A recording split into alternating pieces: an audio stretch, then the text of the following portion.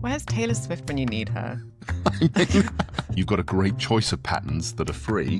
Why would you ever pay for one? I'm afraid I haven't looked at what Rowan I has. ain't paying 80 quid. Hello and welcome to episode 2 of Yarn Library Podcast with me, Adam Cleveley of Cleveley Knits. And me, Georgia Denham, Tulip Pearl on Instagram. And we are so much better prepared for episode 2.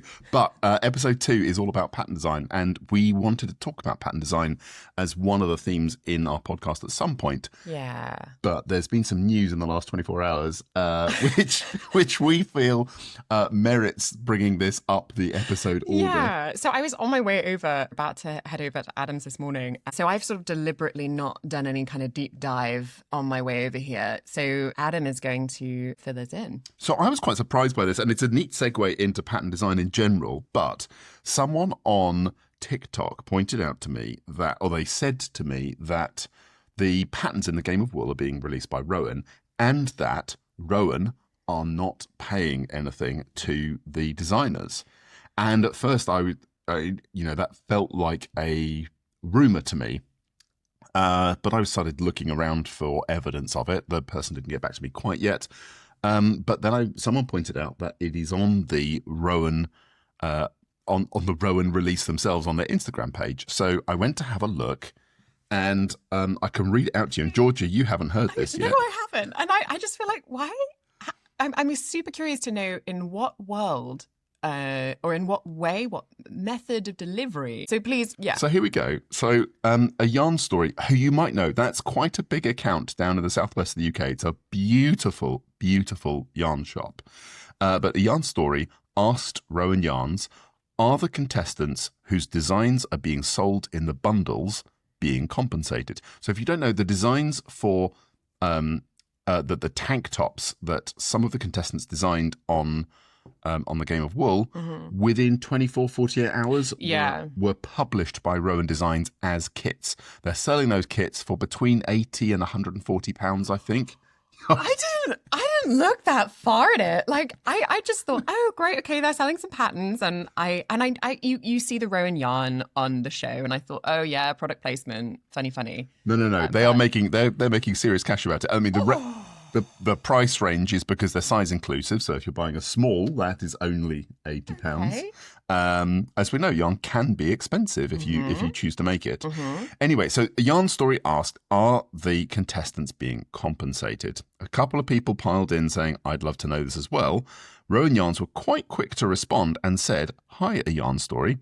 Our partnership is with Game of Wool and Channel 4, who run the show and therefore own the rights to what has been produced, not the individual creators in the show. However, we've ensured that the makers are credited and that we give them a spotlight on our platform. Where's Taylor Swift when you need her?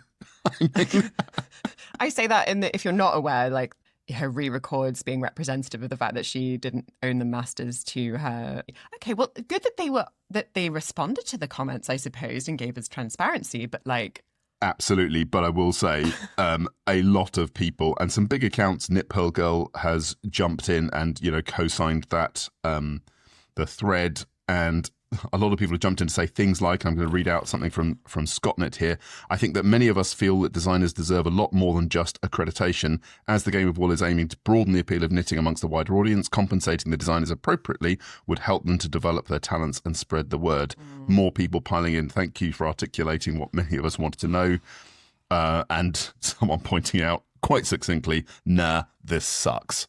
I mean, I quite agree. I think now... Sorry, I'm just still processing. I'm going to give you more time to process, Georgia, because I've got one important point that I want to share on this before we pile in on Rowan, because I think we probably think quite negatively about that. I don't think it's just Rowan. I think there's a whole power dynamic going on in this. Yeah, anyway, right, carry on. Now, I will say, if you don't know, before my ventures into wool, I have a lot of experience in fairly senior positions in corporate environments, and I've run a company for a long time. The Rowan Yarns message may have been highly curated to obfuscate a potential financial benefit that's gone on. And let me explain that to you. So they have said that the partnership is with Game of Wool and Channel 4, who run the show and therefore own the rights to what has been produced, not the individual creators in the show. Now, that doesn't mean that the original creators haven't been paid. And I've reached out to Game of Wool to ask them that, and they haven't responded yet, but they haven't had much time.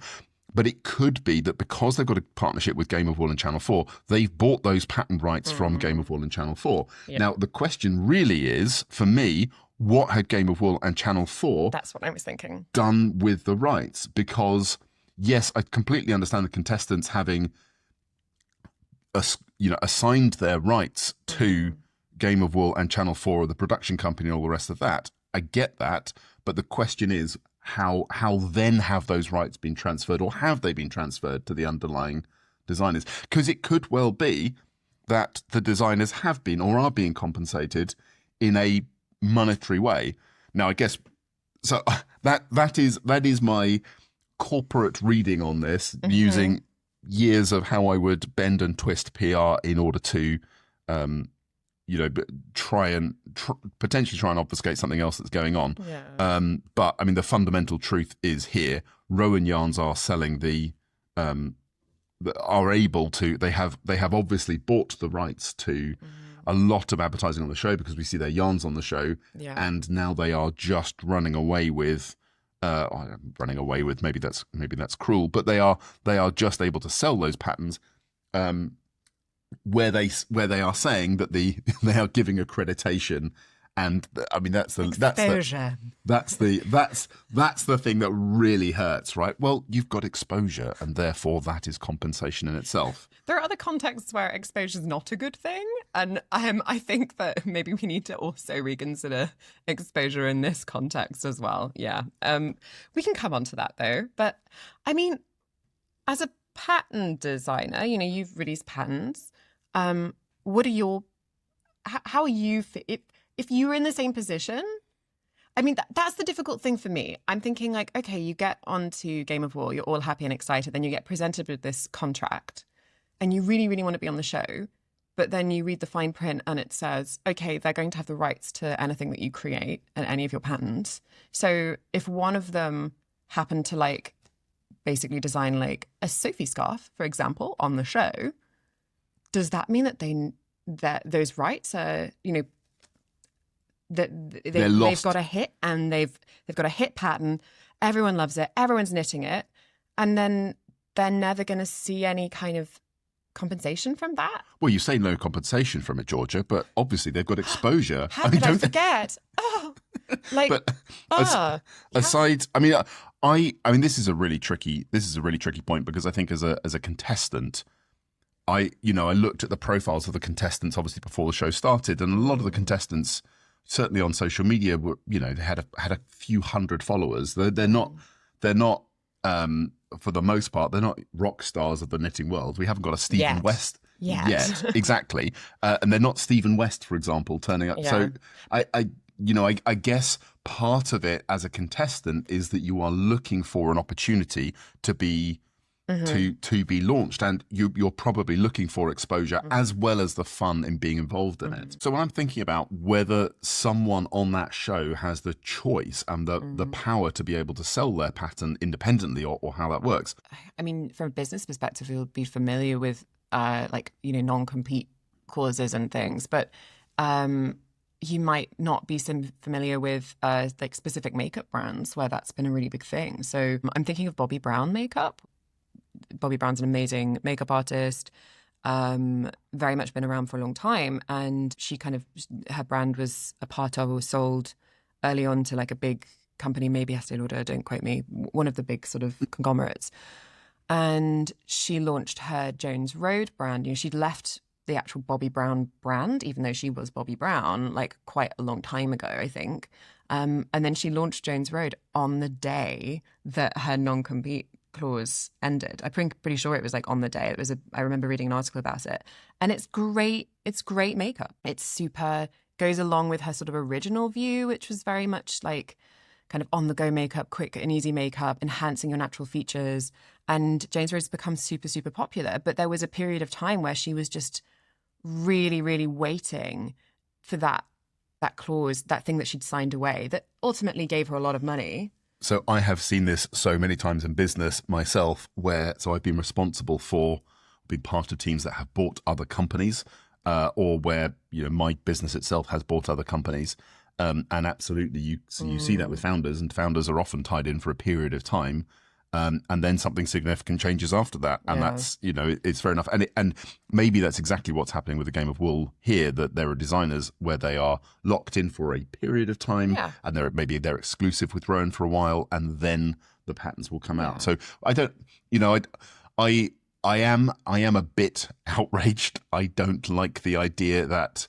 As you say, it's like Taylor Swift or any other music artist selling the rights to all of their music to an album, and then having, that they don't then have access to their creative process again. Yeah. But I think it's early days to pass full judgment on that. I was just going to say, I'd also heard on a podcast about Taylor Swift. It's called Every Single Album. And I remember them saying that actually some of the industry contracts now are specifying from record labels that people will not re-record or that they can't re-record their masters because this age. I will say I'd like to side on the part where actually what Taylor Swift has done with this whole re-recording, raising the profile of masters is super beneficial, I think, overall. And I'm not trying to say that it's had a bad outcome in the end, because it's interesting, the response. But I mean, also, if we just ground this back, we're talking, the examples like Bobby Brown and Taylor Swift, like mega money here, guys. We're talking about knitting patterns. Not mega money involved here. It just feels, we said on the last podcast something about like charity knitting, and how actually do we create an expectation that if they just knitted for charity all the time on the show, like, does that create an expectation that actually you're just going to knit, a national expectation that knitters should just be knitting for charity? And if we're also doing this, Rowan, like, are we creating an expectation that pattern designers shouldn't be paid for their work? That's a really, really tricky thing. And that's also, so I wanted to talk about why patterns are free, because a lot of patterns are free. If you go onto Ravelry, roughly, I think there's about 3 million patterns on there at the moment, I think of which about half are free patterns. And I totally understand why you would have patterns for free. But there is a sort of economic problem with providing patterns for free, which is that if patterns are free, and you've got a great choice of patterns that are free, why would you ever pay for one? And so there's a fundamental problem with, should free patterns even exist, because they potentially damage the artist opportunity who wants to go and earn money from creating patterns. But the reasons for free patterns are totally legitimate. One, you might be a fiber artist who's going to create 1 or 2 patterns ever. A friend wants them, you want to share them with the world, you write them down, you articulate them, you publish them, but it is a pain to set up a payment method for them. And therefore, you're not going to earn a living from them, but that is a reason that you just make it free so it isn't any hassle for them. Another one might be that you don't want to support the pattern in the future. Sometimes I see designers where they reach a certain point, they think, I've had enough of pattern design, and they make all of their patterns free so that they are not obliged to provide any pattern support. Then you get to companies who want to give a free pattern when you do X, Y, Z. So spend £50 or £100 on yarn and get a free pattern. Or, you get the pattern free when you buy a sweater quantity worth of yarn. Or they're combined somehow as a kit with yarn. Or designers also give a free pattern when you are buying other patterns or to promote other patterns. So I know a designer who so I've talked to a lot about this, and they put a pattern online and sold basically nothing. They put heart and soul into it. It's a complex pattern, thoroughly tested. It was really, really well done. This is a very, very good designer, and has also successfully launched sweater patterns before. Put this pattern online, and nothing happened. Absolutely no sales. And I've been through that myself as well. But then put the pattern free for 24 or 48 hours and got 1,000 downloads. Wow. And you can see that as also a heartbreaking moment as an artist. Well, I want my work to reach people. I want to give it to people. That is part of the ambition of what you want to do. And so I can understand that as why you would then want to make sure that it gets out to a lot of people. And also maybe, it promotes your work in general. If 1,000 people are making your pattern and they do, even if half of them go ahead and make your pattern, there's a good chance that they might come back to you in the future. People ask them, where did you get that? Oh, I got it from XYZ. And you create. So it's a sort of marketing tool as well. But the problem is that free patterns create this very big issue in the industry for me, which is part of there is very little value, and people think about the pattern as being ultra low value. And then you come across, well, how also because they are potentially 4 sides of A4, people can photocopy them and pass them on to a friend or take a picture of them on their phones. And, we've talked to our local yarn shop about people take photos of the patterns in the shop and take photos of all the pages. I mean, that is theft, isn't it? Yeah. But then, I mean, if you got it from the library, is that theft? I mean, no, because it's a library. The library paid for the rights for it. But I think it's not even just with knitting patterns specifically. I think we're in a culture now where we're so used to having things seemingly for free when actually there's probably a lot of advertising revenue that's like folded in. So, when we do streaming, for example, that's kind of like, I pay my money to Spotify every month so I don't get ads. But that's the thing is psychologically, I'm just used to getting things instantly. So I think that does then start to translate in, I'm not saying that this is right, but I think it translates into people not realizing actually that this is something that is an intellectual property, that this is something that people deserve to be compensated for. Because I think our perception of all of this is just so skewed because of the world that we live in now. Yeah, in a way, it would be a nicer model that if Ravelry were a subscription model. If you paid, say, £1 a month or $1 a month, whatever it was, and that was your rights to all the free patterns and the database access or something, maybe that would cause enormous amounts of. That would be a big headache probably. And you could also probably find ways. I mean, it'd be so interesting to figure out like what was how they actually did the distributions based on those. Yeah, when you look at the economics of like streaming services, it's so fascinating because you see like, okay, how is this actually being distributed? Like, is it per play or is it disproportionately towards one group? And then what's the algorithm doing to that? Like, who's that privileging? And so, oh God, it's a whole, I was going to say a can of worms, but a basket of worms, of yarn for worms. Well, the other issue that I want to talk about in terms of pattern design is how you do market pattern design for different skill levels. So one of the things that I've noticed, certainly from Instagram,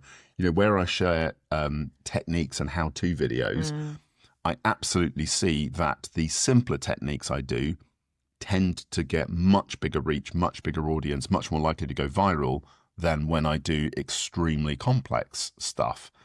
And naturally, that is because something that is simpler is more approachable by more people. If you think about the world of knitting, or in fact in anything, you could think about piano players or bricklayers or any skill that you want to take.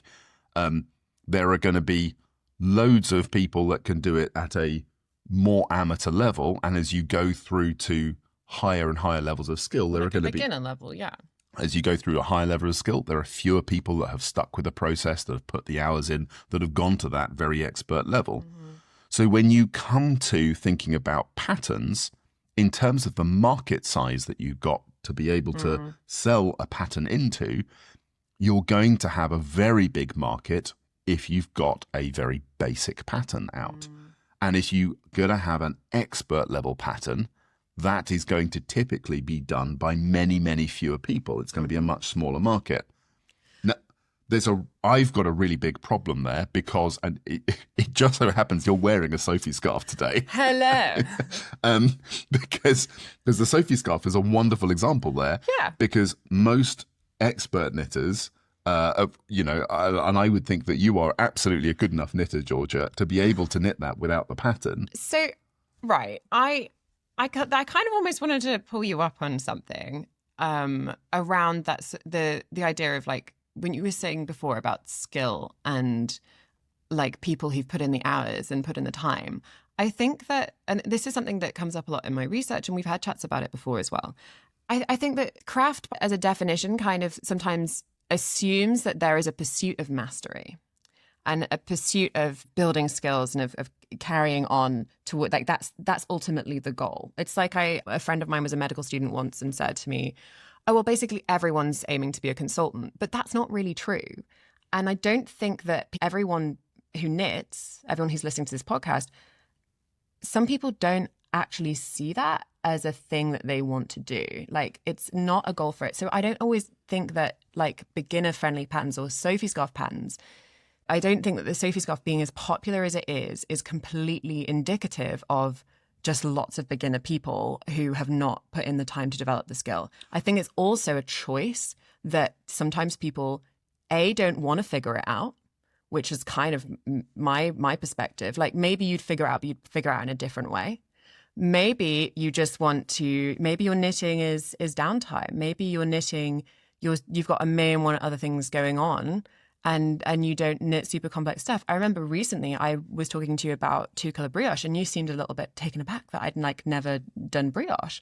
But one of the reasons I hadn't done brioche is because I knit a lot on the go. I knit a lot in seminars, lectures. I don't have the time to sit down and really figure these things out sometimes. So I knit lots of Sophie scarves. Yeah. And I think that it is a big thing in craft studies, actually. Like at some point we'll talk about open the can of worms of craft literature and amateurism and all that kind of stuff. But I have to kind of challenge you on that a little bit because I am a very happy knitter of Sophie scarves when I need to be. Well, so I don't mean to say that you shouldn't have bought the pattern because you could have made it without. But I don't know if I could. I mean, it would have been different. I could have come up with it in a different way. But actually, like, if you haven't done that kind of thing, you don't know what you don't know. Yeah. So well, I'll come back to my point about Sophie scarf, though. But you're quite right. Sorry, you got my little soapbox. And full disclosure, Georgia, I have bought the Sophie scarf pattern. Well then. Looky here. If you wanted the mic drop moment, it is that I have bought Sophie scarf. I haven't knitted it though, and I don't intend to. But yet more judgment, more pattern snobbery. No, we should rename this episode "Pattern Snobbery from Adam." I was curious, so I'll explain why I wanted to buy the Sophie scarf because it's one of the. It is possibly the most popular pattern in the world. One of the hottest in the last 2 years, and I really want to. Like, I'm interested in writing patterns. I don't see myself as a brilliant writer, but I can see shapes and articulate them in knitting, and I like being able to do that. I wanted to see what the secret sauce was, what was in this pattern, why it was there something special as well written within there, some magical words that made it so very attractive for people to want to like and share and all the rest of it. And so I bought it on the grounds of research. But also one thing that I noticed then was that the Sophie scarf is 2 pages. When I look at a Stephen West pattern or my more complex patterns like my dragon scarf and so on, those are patterns where they run to 10 pages. My longer patterns 3,500 words, and that is a real difficulty when we come back to pricing because Sophie scarf is more, it has a much broader appeal. It's going to go to a much bigger market. And also, because it is a simpler pattern, is a couple of pages. That means it is less time to knit, it's less time to test, it's less time to have tech editing. All of those costs are lower. It is less yarn costs in doing your test knits. Then you contrast that with the other end where you have a complex shawl or a complex size jumper or something like that, which might run to 10, 15, 20 pages of text. And you also have something which is now applicable to a much, much smaller market of experts. And yet the price difference that you see, Sophie's scarf is around £3.50. The most expensive patterns you see are eight, maybe £10, $10, $12, something like that. There's not a lot of money difference, but I tell you that the time and effort that goes into an expert pattern, I mean, it could be 10, it could be 50-fold in terms of the difference of the resource that goes into the pattern design. And I think that's a really big problem in the industry for how people are compensated and, you know, what the opportunities are. And I think it drives it drives a lot of, well, let me create simple patterns without, you know, people want it. I mean, Stephen West is probably one of the few exceptions where he's built enough of a market, he's built enough of a very large following, and he's convinced enough people that you can try these. Most of his patterns, I'd say, were intermediate. Some of them step into the more advanced techniques, but they're, you know, that where enough people will buy them, and that's a very rare thing. I'm going to be honest, though. I'm quite a sort of a minimalist dresser, and I have huge respect for Stephen West patterns. I think they're gorgeous. I think when the right person knits and wears them, like, if they like it, then great. And I think that they look lovely on the piece. I'm prefacing this a lot because I don't want it to sound like I think all your Stephen West shawls are ugly. Like, it's not that. I think they're great. They're not for me. And when I'm looking at what is in my wardrobe, I kind of put myself on like a jump a couple of years ago where I was like, I'm not going to buy any jumpers because I can knit all of them. And then didn't get through that many jumpers. So recently just bought some from a shop, and I don't know. My life's got better. I'm cozier because I'm not just cycling through the few jumpers that I've had time to knit. But I like the aesthetic of petite knits patterns. And I don't want to knit something more complex a lot of the time on an aesthetic grounds. And yes, there are kind of visually simplistic, visually minimalist patterns that might be actually very complex or have a really interesting stitch pattern, for example. But I like the aesthetic of simple patterns. So I feel like there can be like quite a lot of technique, skill, snobbery sometimes around people knitting simple patterns when actually that's an aesthetic motivation for them. So I don't think that everyone has to pursue complexity in what they're doing. I think it's totally fair enough, and I mean, I have a funny position on that simply because my personal motivation, and I understand my personal motivation, is so utterly different from most other people's. When I started knitting, I really felt like surely I was one of everyone else, and I was pursuing what was a normal knitting journey. But as I went to class after class and started to engage more in knitting groups, I started to see that my personal view of knitting, where I am trying to learn every possible technique and practice every possible technique and combine all of them and then invent stitches and, you know, push the boundaries of what I can do and what can be done with knitting, where I'm trying to do that, I now realize, it's not a realization this week, it came to me some time ago, but I do realize that is not a normal stance to take within knitting.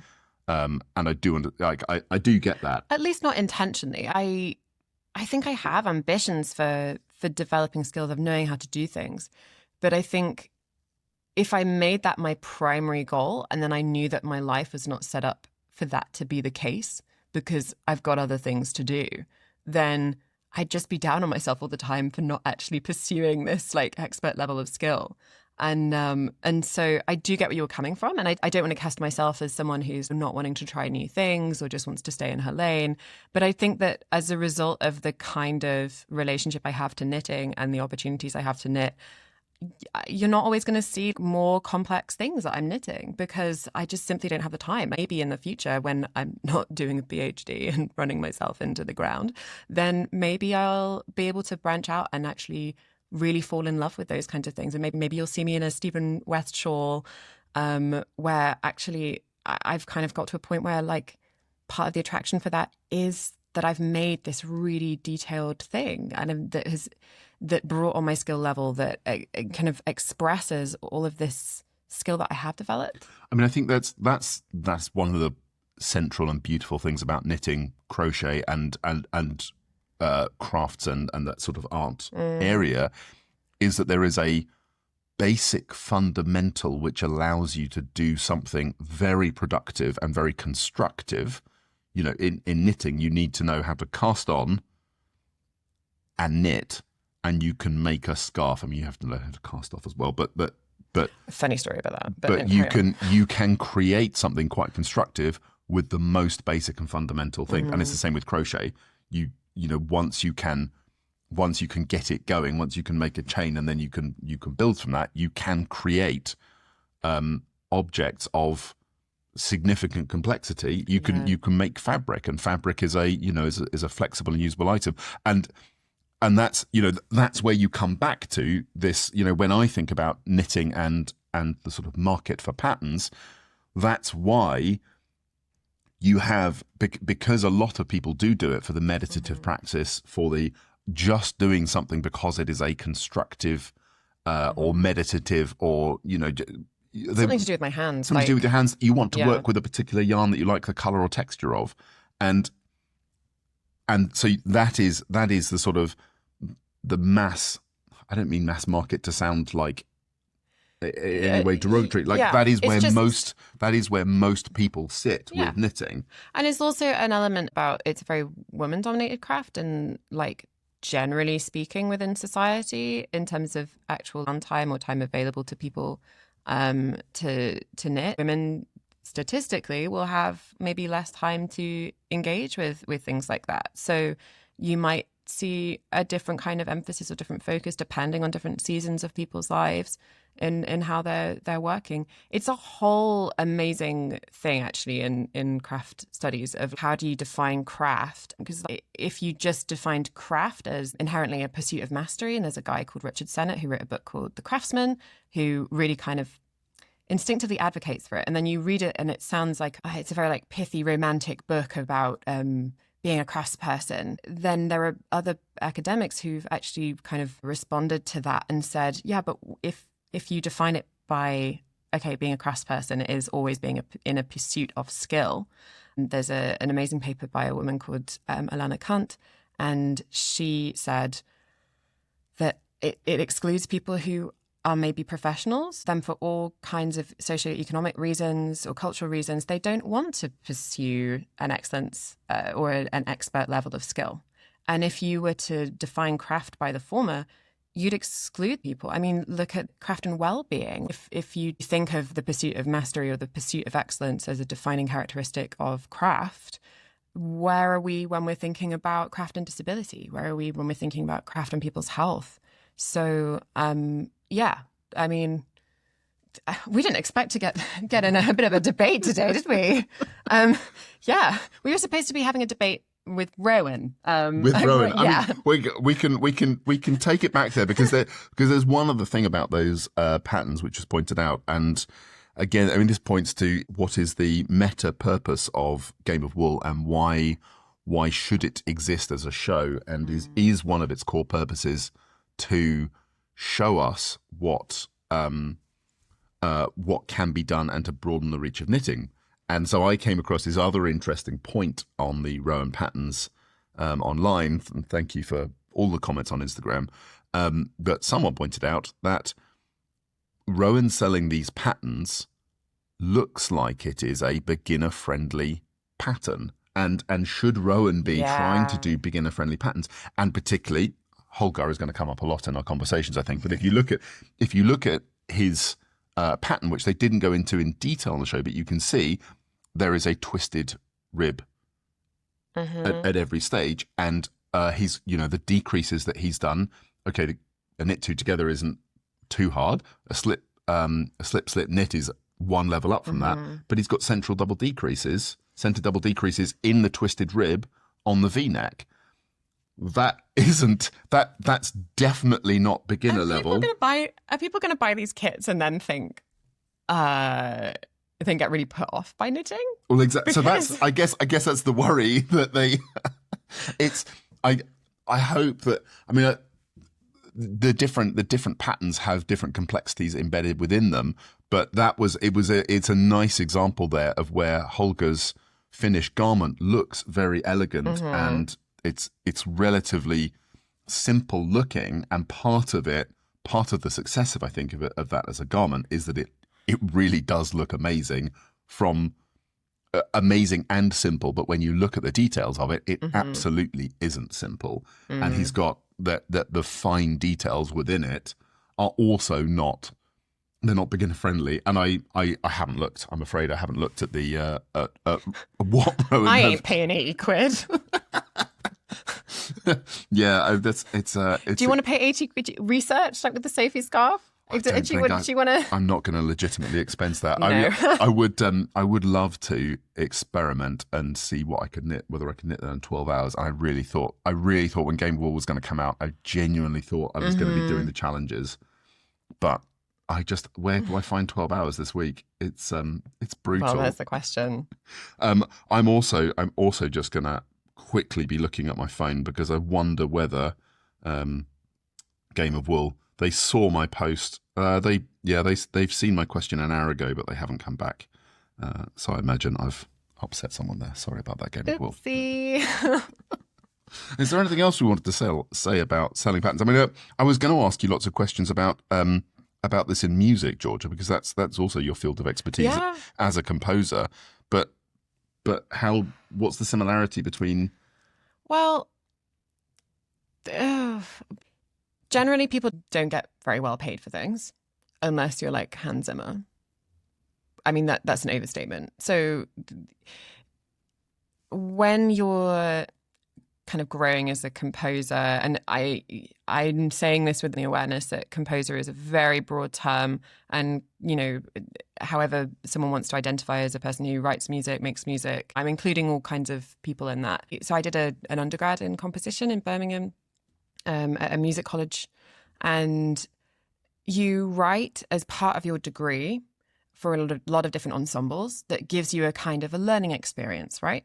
And so I did lots of workshops, lots of courses, and I wasn't getting paid to do those because I was a student in a learning environment, in a learning experience. And then there's sometimes, you're building a career, you're building a sort of platform. And then what happens if you're at that stage and then someone comes to you and asks you to write a piece, and then one of those pieces does really well, and then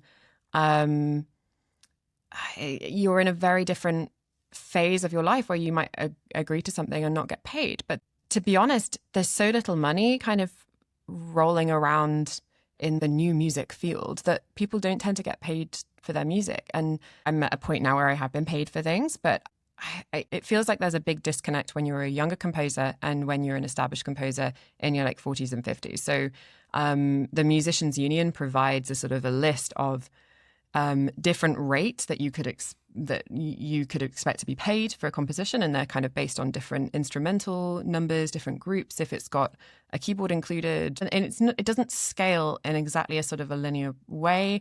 It takes into account that a piece that is shorter is actually kind of hard to do, and often it tends to be more intense. I'm pretty sure that these are like publicly available. Like you can go and have a look at them. I will tell you now that I've tried to cite even like an MU rate and even ask for half of that sometimes. And it's just been like a non-possibility. It would have eaten up the entire budget available for this thing to happen. And I had some friends, they were starting to set up an ensemble and they asked me to write a piece for them. And there's a bit of a back and forth of how much do you want to be paid? No, how much can you pay me? And then effectively the money that they were going to be able to pay me for this one piece that would have taken weeks to write, kind of like a pattern, you have to have, there's a lot more in it than just having an A4 piece of paper. I was effectively being paid for what I'd get teaching for like a day for this piece.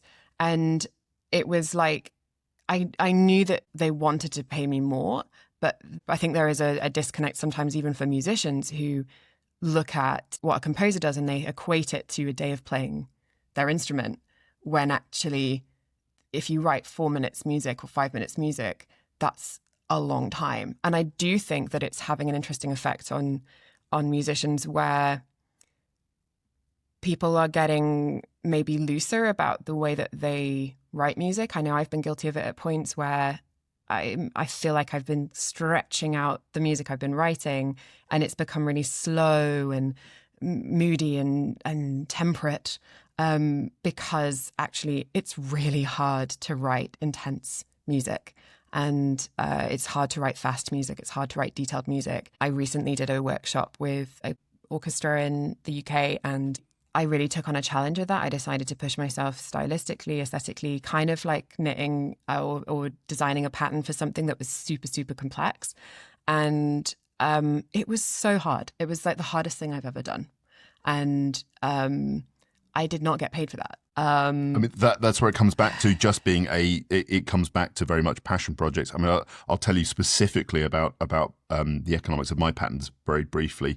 But first of all, I want to tell you, I went to, because it's topical, I went to the opera Oh gosh, yeah. a few days ago, and I saw absolutely mesmerizing performance of the Magic Flute. But honestly, the conductor came on and the orchestra was off like lightning, and he cantered through it. Mm-hmm. And there were so many movements in it which were at pace. And all I thought was, that's a conductor that's being paid for the performance, not by the hour. Mm-hmm. You know, one thing, before you say about the pattern things, I would really go and have a look if you're interested in this. Ireland have just made their universal basic income scheme that was a pilot permanent for 2,000, I think it's 2,000 musicians in Ireland. And they already had a similar scheme as well, that was for sort of established artists and makers who had really contributed something to Irish culture. But it's now going to be a permanent scheme because they saw all kinds of economic benefit, and like it was really paying for itself and more. And that's almost in recognition of the fact that artists don't necessarily get paid what their work is worth. Well, also, I mean, it becomes internationally attractive. I saw a wonderful knitting designer, Paul, who I follow. He lives in New York. He works in the costume industry as well around that. But he's a fantastic knitter. But that's how I learned about it, is because he was excited by what Ireland were doing and was asking anyone, it's super cool. Can anyone help me get to Ireland? It's an awesome thing. But also, if you want to celebrate culture, that's fundamentally a brilliant way of doing it. So just to tell you my latest hat pattern release, because I think sometimes people think that the large Instagram following that I have is a key to financial success in the pattern composition designing world. And I just want to make sure that if you are listening to this and you're thinking about it, that you do have the numbers available to you. So I reckon I spent about 20 hours on the 3 prototypes I did of that hat. I reckon it took me round about 5 hours to write the pattern and make the corrections to it. And I think I probably put about 5 hours into the marketing. And by marketing, I mean producing videos, liaising with the testers and getting the hats, photos of the hats and so on. One of the videos I produced, actually, it probably took 5 hours by itself. But let's just say that's a total of 30 hours. Now, I don't know how you want to value my time. Let's value me at less than minimum wage and put me at £10 an hour. Mm-hmm. But that's £300 invested in that so far. I also bought the yarn. So I bought yarn, obviously, for myself. Actually, for this knit, I also bought the yarn for the testers. Helen at the Wool Kitchen was extremely kind, and she gave me a bit of a discount on that wool. So I ended up paying £100 for the wool, which was a great bargain for what I got for hand-dyed yarn, certainly. But all in, if you want to value my time, that means that there was 30 hours, £300, plus £100 of materials. So we're at £400. I'm reasonably happy with how that pattern has sold, and I've sold 30 copies of it at £4 a piece. So that's £120, and then I'll pay taxes out of that as well. So you can see, that is a significant loss for me, but it is not an emotional loss. It's sad. Obviously, I'd love to make millions from patterns, but that's it's a very real fact of it. Yeah. There are other patterns I've sold have done better, some do worse, but that's the horrible thing as a designer, is that you never know whether a pattern is going to do well or isn't going to do well. Regardless of that, you have to put the effort in. Yeah. because it might do well, and you want it. You want to give it Yeah. everything the best possible chance. I feel for the initial designers on Game of Wool. I hope that they do feel. I mean, ultimately, that's what it comes down to. Yes, I want them to be financially successful if that's what they want. But I also just hope that they feel happy and satisfied with the relationship that they have with Channel 4, with the Game of Wool, and with Rowan Yarns. I'm sure that a lot is being done there with the best of intentions, and I really hope that they feel good about it. And that's the one thing I guess we don't know. That's the big thing. It's like, we have our opinions on it. You might have your opinions listening to Yarn Library podcast, but I ultimately it comes down to how individuals feel. I mean, yes, we've acknowledged in this conversation, like sometimes those things have an impact for other people. If someone wants to make a living off it, and then there are all these free patterns because someone's just doing it for the fun of it, or because they can afford to pay their bills another way, like that does in a sense devalue things, but also it's complicated. It's super complicated. We'll have to unpick it in another episode. Yeah, I think we will. And it's nice to be transparent as well. I think more people should just be transparent about what they're making, what they're earning. Like, I mean, my goal with being a composer is just to kind of break even, to be honest. And that's sometimes all we can hope for. Well, we'll leave it there. But thank you so much for listening to episode 2 of the Yarn Live of Art Lot. I can't even get my words out. You see? There's no there in it, is there, Georgia? Thank you for listening to Yarn Library Podcast. Please make sure you're subscribing on whatever platform that you're listening to this on. Yeah. And we'll hopefully you'll hear from us in episode 3. We'll try not to argue too much next time. Or more. Or more. Give us a feedback. Like, do you like it? Do you like the conflict? Do you want? Or are you coming here for cozy, harmonious chit chats? Let us know on social media at Cleveland Knits, and we will respond to your comments and use that in our future podcast. But thank you for listening. Bye. You've been listening to Yarn Library Podcast with Adam Cleveley at Cleveley Knits and me, Georgia Denham at Tulip Hole. If you enjoyed this podcast, please like, share and subscribe. And if you didn't,